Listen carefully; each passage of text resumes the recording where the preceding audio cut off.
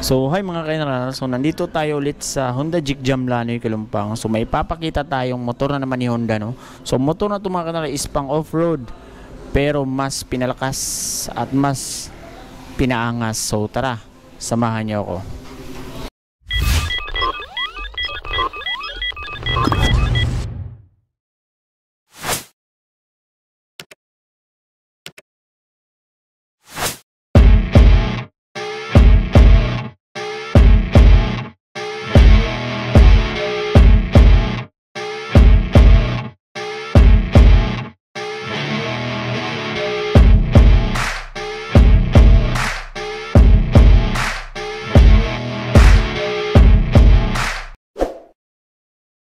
Walang iba mga kaineral kundi ang Honda CRF 300L ni Honda. Yan. So napakaganda mga kaineral, napakalaki tignan at napaka-angas. Kung nabibitin ka sa 150cc na CRF, so mas bagay sa'yo ang motor na to. So ang motor na to ay merong 286cc, naka 4-stroke, liquid cooled at dual overhead cam. So, meron itong max torque na 26.1 Newton meters at 6,500 RPM at max power na 19.6 kilowatts at 8,250 RPM. Meron din itong bore stroke na 76 by 63.04 mm. Naka 6-speed constant mesh na rin ang makina ng motor na to. Ngayon, punta na natin ang mga physical features ng motor na ito mga kaineral. So, sa harap nito mga kaineral is meron na siyang all LED lights yan. And then, may maliit na visor na may decals na puti, black, blue. Yan. So, maganda yung color combination mga kaineral. At ang mga turning lights ito is naka LED na rin. Yan. Tapos, meron din itong inverted fork mga kaineral, no? Yan. So, nakita nyo ang laki-laki. So gold na siya mga kaineral. And then meron na rin siyang fork cover. So napakalaki din ng mga gulong nito mga kaineral, no? Kitang-kita niyo naka wire spoke, tapos naka dual piston caliper. So disc brake siya mga kaineral, ang kanyang braking system sa likod. Meron din itong tire size na 80 by 121. Yan. So makita nyo mga kaineral, meron na rin siyang knuckle guard. Yan. And then ang kanyang mga pindutan is meron siya dito sa left side na high beam, low beam, and then busina, tapos turning lights. Sa kabila naman is nandito yung hazard niya, then kill switch, tsaka electric start. So napakaganda ng handlebar nito mga kaineral, naked na. And then ang kanyang meter panel is all LED na. Yan. So dito makita nyo yung mga turning lights, tapos high beam, low beam, then meron ding neutral indicator, tapos mga pindutan dito, set, check engine. Yan. So meron na rin siyang coolant indicator mga kaineral, no? So napaka-detalyado ng kanyang meter panel. Tapos dito banda sa ang kanyang susian, tapos may emblem ni Honda. So dito banda sa kanyang katawan is makikita nyo merong decals na CRF, tapos may nakalagay na 300L, tapos combination pa rin ng blue tsaka dark blue at white. So napaka bulky tingnan ng kanyang tangke mga kaineral, no?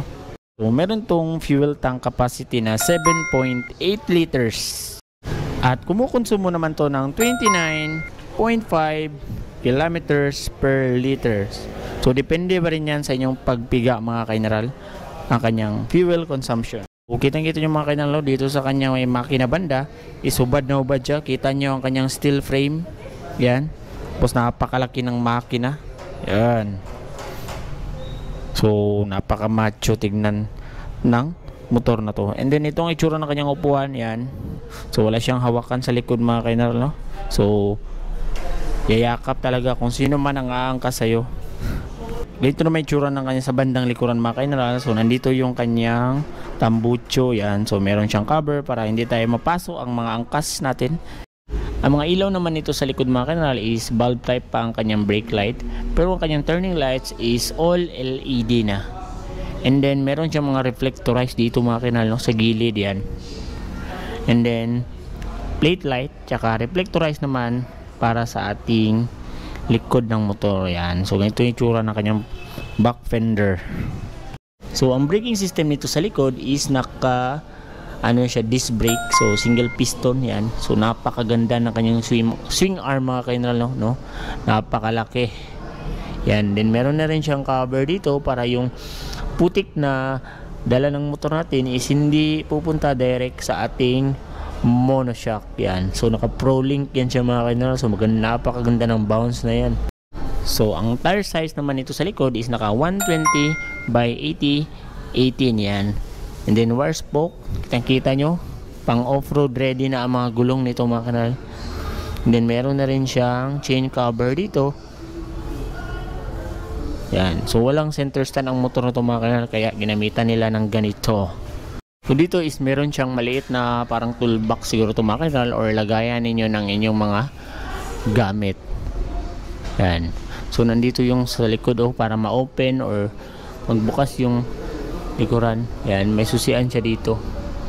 So dagdag ko lang mga kainral, no, ang motor na to ay fuel injected na. Yan. So ang curb weight ng motor na to is nasa 138 kilograms at meron siyang seat height na 882 millimeters at ground clearance naman na 284 millimeters. So taas tong motor to mga kainral, no? So, hindi basta-basta ang gagamit nito kasi mabigat siya, at the same time mataas siya. So maganda to sa mga expert na or matagal na sa pagmomotor. Ngayon puntahan natin ang pinaka-exciting na part ng video na to is magkano na ba ang Honda CRF 300L ngayong 2023. So tara. So ito siya mga kainral. Ang presyo niya ngayong 2023 is nasa 271,500 pesos ang kanyang cash price, at meron siyang minimum down payment na 120,000 pesos at 36 months na monthly installment na 7,320 pesos at may rebates pa na 200. So maraming freebies din ang motor na ito mga kainral, lalo na sa Honda Jikjam, Lanoy Kalumpang. Yan. So ano pang hinihintay nyo mga kainral? Kung type nyo ang motor na to at gusto nyo, pwede nyong inquire or i-cash dito sa Honda Jikjam, Lanoy Kalumpang. So again, kung umabot ka sa part ng video na to is gusto ko magpasalamat, no, sa patuloy na panonood at suporta sa ating munting YouTube channel. So yun lang mga kanal. Ride safe. Bye bye.